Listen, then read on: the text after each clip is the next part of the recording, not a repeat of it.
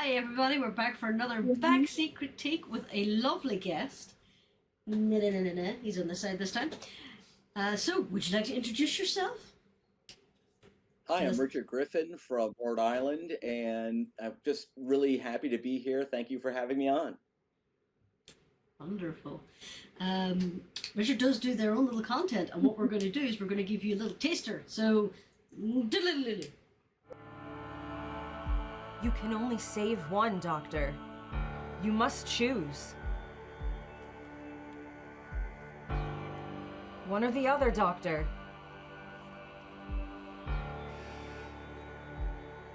Where am I? Where am I? I knew you only wanted me for my dick!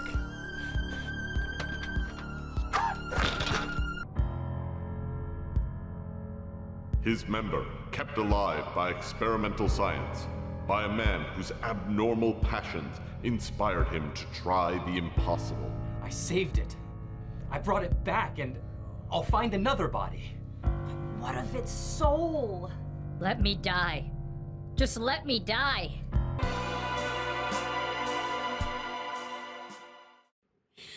that was a perfect cutting point. Everyone must watch Pansy Vision. It is so good. Really, guys. I am completely serious. Watch it, okay? All right. Check out Richard's other stuff. Yeah, films, IMDb. Fantastic list of fantastic looking. The titles are amazing. Oh no, they're worth buying the films alone. But the films are good too. Thank you. As I say, if you want to check out one of their shorter works, we're going to put it on the end of the review. I would strongly advise checking it out. It's pretty good. And as usual, we'll put their links and things down in the doodly-doo down below. But with that out of the way, why don't you tell everyone what film you subjected us to this time? Well, I thought I'd torture you all with it's a comfort food movie for me. I hate to admit how many times I watch it a month. It's a film called Rotor, and if you see the poster for it, it looks like it's going to be a very serious movie. It's actually, the poster is one of the most blatant Mad Max ripoffs ever. And when you see the film, you think you're watching a Robocop ripoff, but it is actually it was made the same year as Robocop, and it is one of those inexplicable movies where you're like, everyone must have lost control when making it. And I love movies that feel like nobody was in control. And it starts out as this kind of serious, what's going to be like a Terminator Robocop ripoff. And you could tell they were just like, we don't have the budget to make this a serious movie, so we're just going to make this goofy. But there's scenes that are serious and stupid and goofy, and it just runs the gamut. And there's something about it that I find delightful. It is almost everyone in the film is overdubbed, so as mentioned before, it feels like an Italian Robocop ripoff because everyone is just hideously looped. And I just love it, and I'm glad I got to torture you all with it. Yeah, I'm gonna buy a copy. It was one of those movies that I was born in 1970, so I grew up during the whole VHS boom, and it was always on the video store shelves, and I never touched it. And 10 years ago, I discovered it and fell in love with it. So I hope you are love it or as tormented by it as I am. You should do a gay remake. I don't know how you make it gay. How would you make it gay? I don't know. Michael Verratti, who is a good friend of mine, he's a screenwriter out in LA, and he writes a lot of Hallmark Channel movies, including one starring Chevy Chase. And he goes, I just have a title for you, Robo-Queer. And I was like, sold. So we are going to do a spoof on it called Robo-Queer. And it'll be the fabulous future of law enforcement. So it's check for that one in a few months. I'm guessing that's a Pansy Vision. That'll be a Pansy Vision episode. Yeah. So pretty much we're just focused on doing the Pansy Vision now. I'm getting old, and I'm a little too old to keep doing feature films, and I'm like, it just seemed like such a great idea. And during the lockdown, my writing partner Robin Guilford, who I owe so much of Pansy Vision's creativity to, we just wrote a stack of scripts, and we're like, what are we going to do with all these? And they were all kind of queer themed content, and they were spanning decades, all these time periods. And we came up with the idea for Pansy Vision to do kind of the fake history of queer movies. And what was legitimately terrifying is when we started the show, and we play it totally po-face, that this is real movies that we're watching. How many people actually thought they were clips from real films, which both amusing and terrifying at the same time. And then I think people finally caught on to it. It shows how good you are at recreating the feel of the era, even if the tech, the visuals aren't quite right, because using modern tech, you clearly understand so many different eras of cinema, and you get the feel across fantastically. That's one of the things I love about it. Well, that was like one of the big jokes, was that we found after like looking at our demographics, that because we were like, is this just going to be a show for the queer community to enjoy? And then we realized, no, it's a show for old people, or people with an encyclopedic, who wasted their lives like I did, watching old movies and television shows. Because I mean, like, not only do we do like spoofs of like, satirizing movies from the past, we also do like really a little bit more obscure stuff, like 1970s cop shows like Cannon, which was our pilot episode, Bear Claw. And we said the 70s were the golden age of paunchy, middle-aged guys, fighting crime. And we decided to like make a whole thing about that. So it's been really interesting to see our audience. And I said, it seems to be mostly, kind of an older audience, which is great, because I think a lot of queer content, it leans towards younger people. So it's kind of nice to show for the older ones in the crowd. Yeah. Yeah. Speaking of older films, so without stepping into spoiler territory just yet, what did everybody think of R.O.T.O.R? I enjoyed it. It was Teddy, looks like you're silly. Physically holding your tongue. It was a lot of fun. It was ridiculous. It was the visuals weren't bad, but everything else was just off in a funny way, and you stack a bunch of stuff that's off on top of each other, and it just becomes kind of like an uncanny valley example of a film, in the same way that some other films like The Room are, that kind of thing. I really enjoyed it. It's one of those films that should be more popular with the bad movie crowd. I mean, I obsessed over bad cinema. I'd never not heard of it until you mentioned it, so either I had a complete weird blind spot, or it's not as famous as it should be. I'm pretty much the same. It was a pretty generic 80s action film. I definitely would have said it was trying to rip off Robocop, but I was informed when in the opening credits that this came out before Robocop. But you can see all the actors on it, they look like they are doing this seriously. This is going to be a serious film for them, which makes the goofiness just over the top. And there's a scene I want to mention whenever we get to spoiler territory. But for like, Teddy, you were physically holding your tongue. What have you got to say? I think people have said most of what I would say, other than the acting is truly Oscar-worthy. Incredible examples of top-notch, top-of-the-range acting like you've never seen before. I mean, move aside all the good actors of the world. Here we have true champions. Yep. Definitely the man from Leprechaun 2. He definitely has a run for the money there. Oh my god. Yeah. So, spoiler warning for anyone who wants to watch it before watching our reactions. So, we'll pass this over to our special guest. Would you like to give a brief summary of the plot and how it goes? Wow.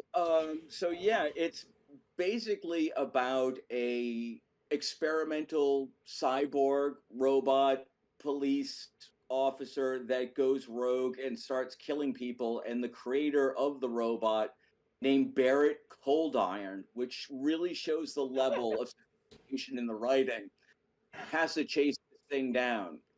And that's basically the plot, and it goes on and on and on and takes some turns with some. I think the whole thing is you don't watch it for the plot, you watch it for the characters and dialogue.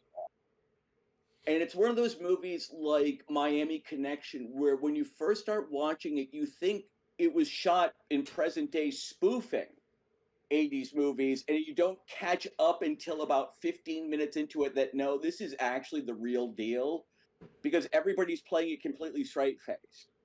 And so Yeah. it has the slimmest of plots, but you watch it because it just progressively adds characters that are more and more berserk as it goes on, and that just play it. The dialogue and the performances don't match at all. There's no connection between what they're saying and how they're acting, which really makes you feel like they all signed on for a very serious, sci-fi horror action picture, and are now spouting, Mad Magazine dialogue, which is phenomenal. Sort of like what do you call it? The famous example is What's Up, Tiger Lily, but more recently you got New York Ninja, where they Yes. sort of which was a film which was lost. It was not edited, and the audio was lost. And I believe they might have a copy of the script. I don't know, but a few years ago they found this '80s lost movie, and they edited it and they redubbed it. And I've not watched it yet, but it's a fantastic sort of. I'm glad they fixed it. They finished it. Now, what there was would be Vinegar interesting is if somebody took this film and redubbed it, and how you could have actually make it feel a little more serious than it does. So go the opposite direction. Make this very unserious film actually serious through redubbing it with proper sound effects and voice acting. I'll do a Comrade Detective and dub it into Romanian. Exactly. And then dub it back into England. Yeah. It would all seem fine until the mohawked, glow wrestler shows up, who also is a computer scientist, to try to stop the rogue, robot police officer. And then I think the gig's up no matter how seriously you dub the dialogue. Well, considering that the lab assistant was the love child of Robbie the Robot and Alpha from the 90s Power Rangers. Oh yeah, that's how the cyborg got leased. The assistant robot just kind of activated it and drained the tank with no direction from the scientist. He was just bumbling around the lab. There was also implied that there was another smaller assistant who was just a tiny little robot that would run around his desk. It was very obviously just a toy. His switchblade comb on it, but you could tell they probably got to set and they were like, oh shit, we didn't write how we're actually going to activate this robot. So what do we do? What do we have lying around the set? It's like, well, we have this comb. That works. And that's the thing that I just love about this movie, because I said it obviously had some money behind it, but they just didn't have a script, and they were just making it up as they went along, and that I just find that wonderful. Well, according to the internet, the writer says that he did write a full script, but the director changed a bunch of stuff, and the lead actor changed a bunch of stuff, and they flat out didn't film whole chunks of it because they didn't have money, and so they basically just were like, oh, what do we do now? We got to do stuff, and they just ad-libbed stuff to cement over the missing bits. Yeah, sounds about All right. makes sense. It's very special. Yeah, it's its own thing. You haven't seen anything like it, and that's why I love it so much. So, this cyborg just decides it's not going to be less Robocop and more Judge Dredd. With its fabulous porn stash, the ginger porn stash on this robot. It was so funny. How did they have Go ahead. Oh no, I was just wondering about for near the start of the film when you see like clips of Rotor, he looks like a robot. And you're like, okay, that's a pretty funky, obviously Terminator inspired design. And then later on, he obviously he's the human version, which is cheaper to film. But did they ever explain how the people in the near future created perfect human, covering for a robot, or did they just be like, No, they didn't. No. But more importantly, can anyone explain why Terminator 2 ripped them off? oh, making a You're cop telling Terminator? me, yeah, exactly. I mean, they ripped off Terminator, and then Terminator goes and makes a cop who looks like that kind of motorcycle cop too, as well. Granted, they lost the stash, but they couldn't get too close. That's true. Excellent point. Yep. Nor do they ever explain how, it's like we're all supposed to be in awe of this, cyborg cop, but no one mentions the fact that he can actually see into the past.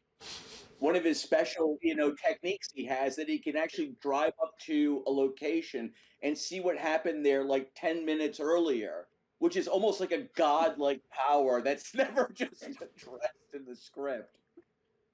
I mean, That didn't Isaac actually occur to me. Asimov wrote a whole novella about the implications of such a thing, and Oh, really? they just it's called The Dead Past. It's fantastic.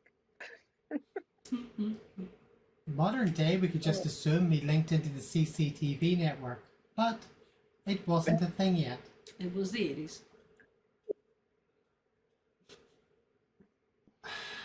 Oh my god. I feel like this is a film that may have taken place shortly after Johnny 5. With the technology in these robots. Something I forgot to mention. One of the things that really rams home how close to RoboCop this is the fact that they were both made in Dallas, so they use very similar looking architecture. I think there might be some buildings that are in both. It's kind of like how The Matrix and Dark City have very similar plots, and they use the same sets. Although Dark City is so much better, but I won't go into that.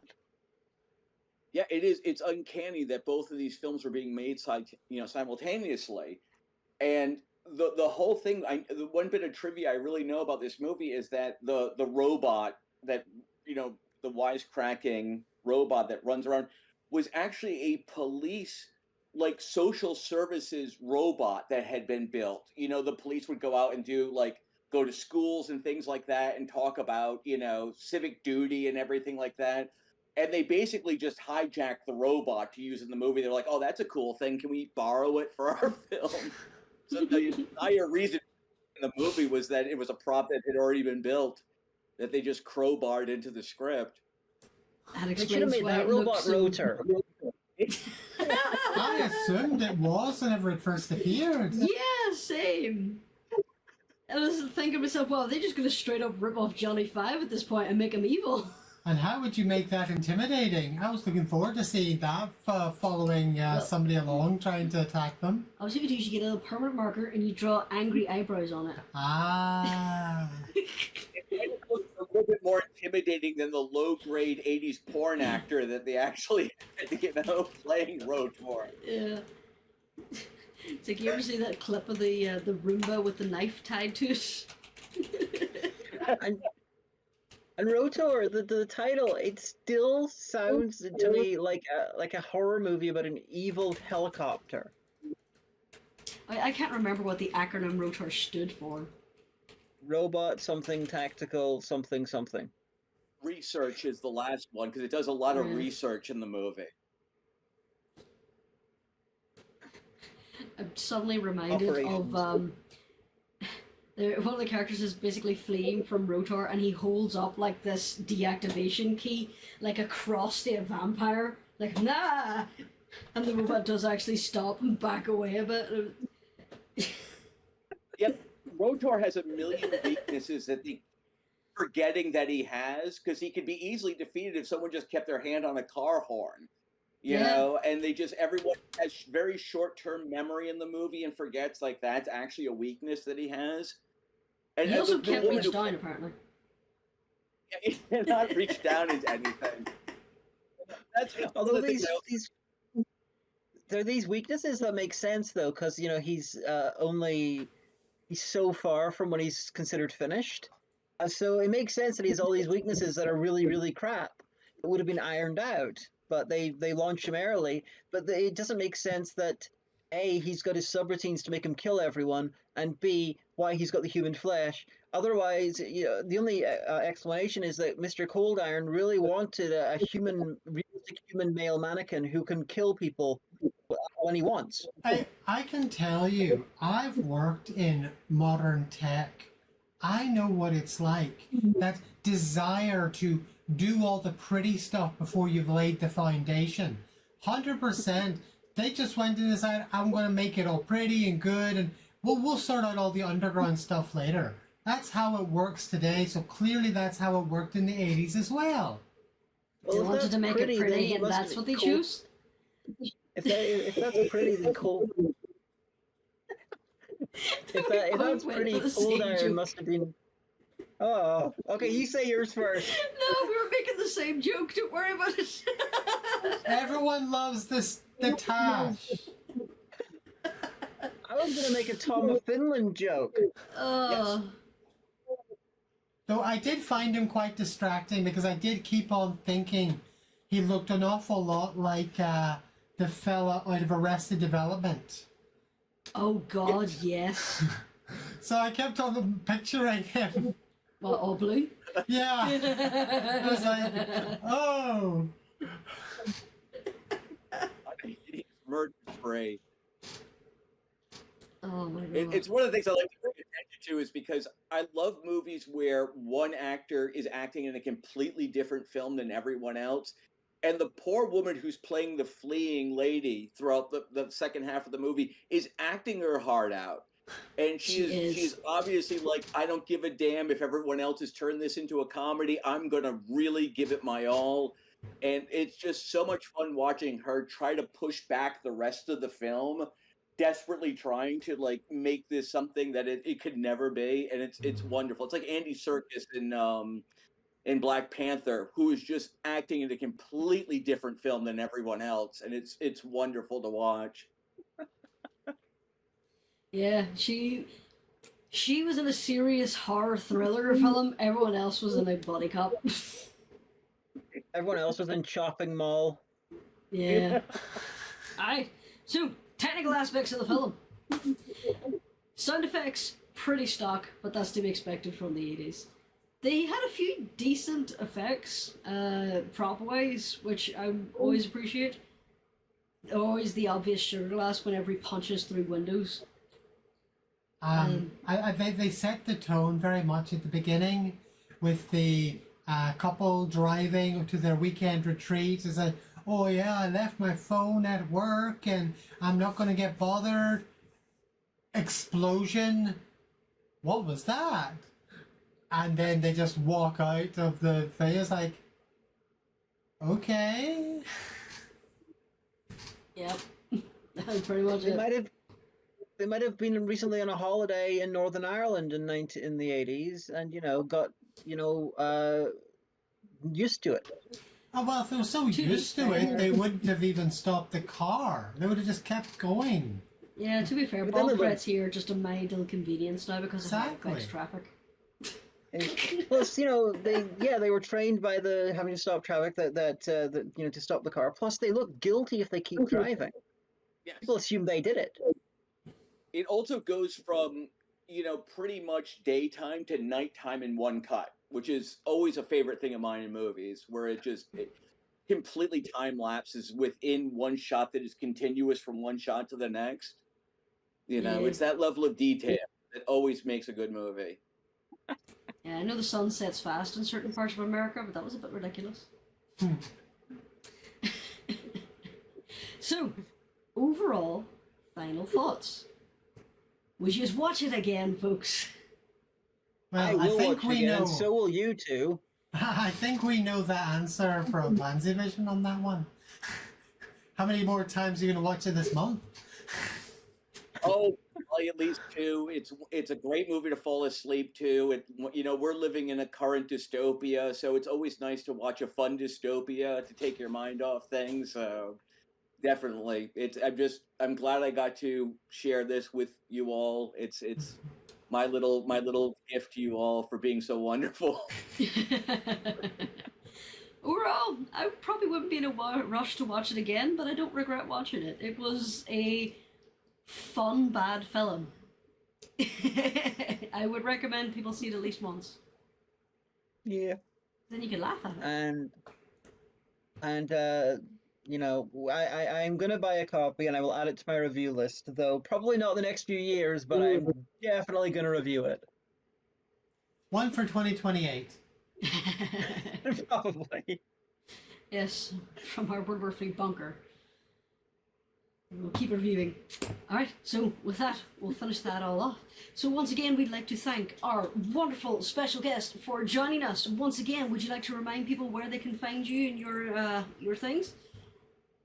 We are on YouTube at Pansy Vision, and I hope you all watch and enjoy. And if you're going to start your Pansy Vision journey, I just always ask that you start with the episode called Bear Claw, because it kind of sets up the whole theme, but you don't really need to. Just watch, enjoy, check out The Dick That Wouldn't Die, because the wonderful person over here, at least over here in my thing, makes a cameo appearance, and it's wonderful. We are so grateful. Thank you so much. I will include a link to Bear Claw specifically in the description. Excellent, wonderful. Also The Dick That Won't Die, but I'd just like to say thank you very much for having me on in the Dick That Won't Die. It was an honor. I don't often cameo in things anymore, and I fucking love Pansy Vision. Thank you. It was so great, and everybody was so excited when I mentioned that you were going to be a part of it, because I basically force everyone that I meet to watch your reviews of Sextet and The Island of Dr. Moreau as being mandatory gateway drugs to your channel. So wonderful. All right, so same with us as usual. You can continue to find us on YouTube. Check out our Patreon for wonderful exclusives and early access to certain things. Be sure to join us on the Discord to join the community and chat with everyone. Sometimes even Hagan pops into chat. And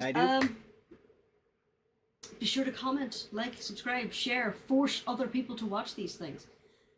But as we said, we did promise a little special bonus at the end of this episode, so we're going to cut over to one of Pansy Vision's little things over here. So say bye-bye, everybody.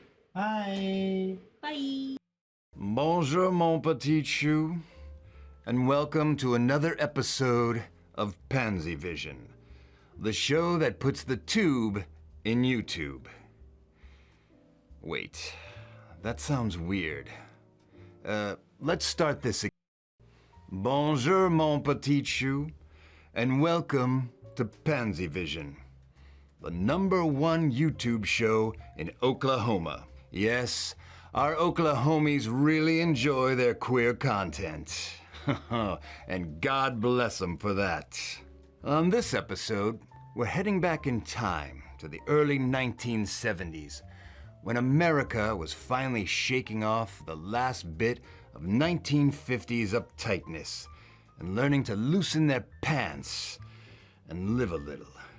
Well, thank goodness we'll never go back to those backward times, right? Right.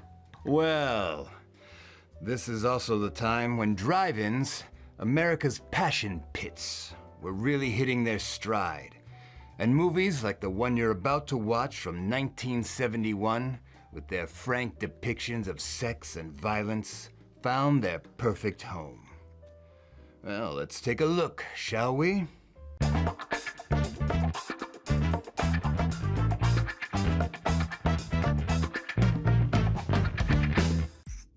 In the name of science, Dr. Frank Green has gone where no man of medicine has gone before. Tampering in God's domain, defying the Hippocratic Oath and his hospital's HR policies. We must never lose the urge to experiment. Every time you touch me, I go out of my mind.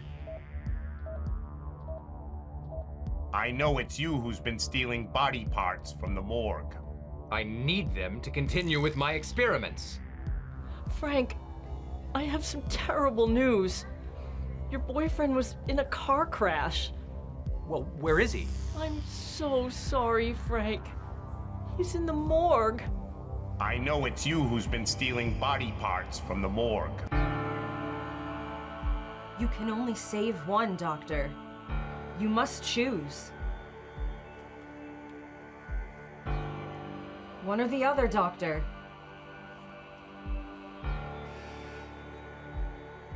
Where am I? Where am I? I knew you only wanted me for my dick.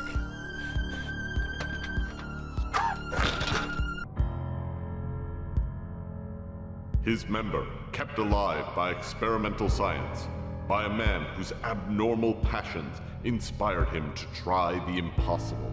I saved it. I brought it back, and I'll find another body.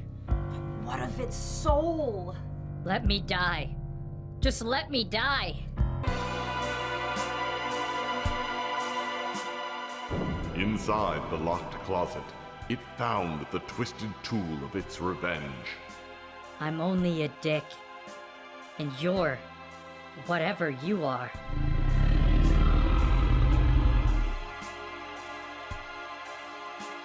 You're nothing but a freak of life! And a freak of death! What's behind that door? Horrors that no normal mind can comprehend. Something even more terrible than you! Horror, like all quantities, has its ultimate. And I am that.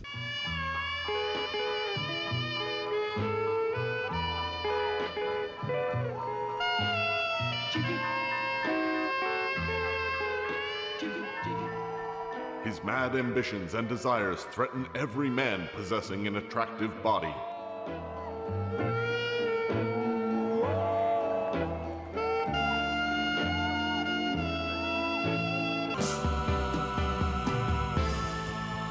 He plans to kill someone and attach their body to me.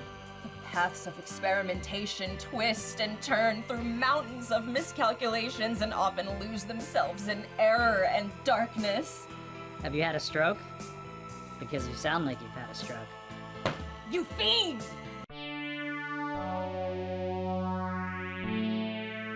You're, the first man I ever met who didn't just want me for my dick. Sissy, I have the body. We must begin the transplant before it's... What did you do? It wasn't me. It was...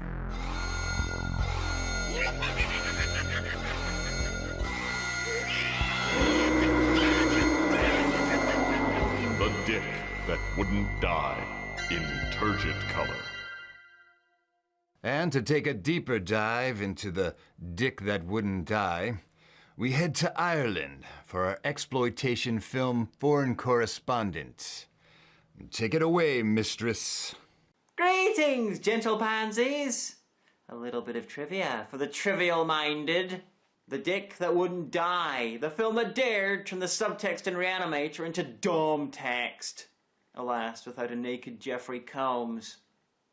I'm sad now. Mistress, the intro? Oh yeah, this was directed by Dusty Beavers, who'd formerly done porn under the name Busty Diva-ers. His career in skin flicks ended when people realized he was neither of those things. And the impotence. That's really not as devastating to a good porn career as you'd think. Anyway, he then robbed a string of cattle ranches and bakeries in Tulsa to finance the film, though he might have badly misunderstood the term beefcake. He was arrested shortly afterwards for the far worse crime of making the dick that wouldn't die. Remember, crime does not pay, my sweet pansy fans. Except when it does, like when I do it. Always keep on the gay and narrow. I'm Amanda Hagan and I'm on Pansy Vision. Well, thank you, mistress, for that bit of illuminating insight. And speaking of doing the right thing, have you subscribed to our channel yet? Well, if not, please hit that subscribe button with all the passion of Charlton Heston when he performed in his first drag show under the name A Lot of Stiffness. Oh, I was there that night in 1975 at the Paradise Ballroom, and it was the stuff of legends, I can assure you. And until next time, my delightful little cinema lovers, stay fabulous.